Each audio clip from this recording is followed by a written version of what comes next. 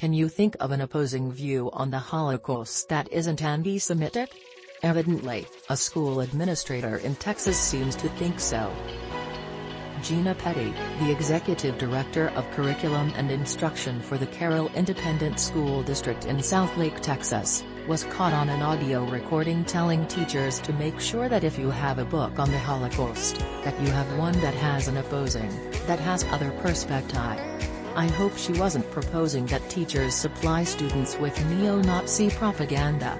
This all started with Republican lawmakers in Texas looking for ways to have teachers talk about American history without making white people look bad, when hysteria over critical race theory became all the rage in the past year. The Texas legislature came up with House Bill 3979, a great whitewashing effort that instructs teachers who choose to discuss widely debated and currently controversial issues to explore such issues from diverse and Of course, before the CRT threat, Texas conservatives were already upset because the state's new history standards point out that slavery played the central role in the Civil War, 155 years after the end of the Civil War.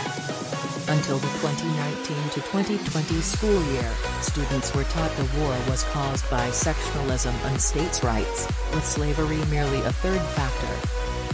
Can you think of a way to talk about American slavery without the role of race? How do you have an intelligent discussion about women's suffrage without addressing the role of men? You don't. And that appears to be just fine for the 100 Republicans in the state legislature, 95 of whom are white and only 13 are women. In a state that is more than 50% female and more than 56% people of color, HB 3979 is more like a bunker for the insecure than a thoughtful approach to pedagogy.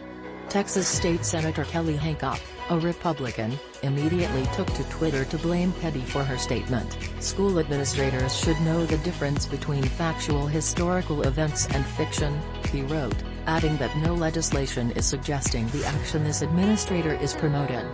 Seems like Hancock didn't read HB 3979 at all.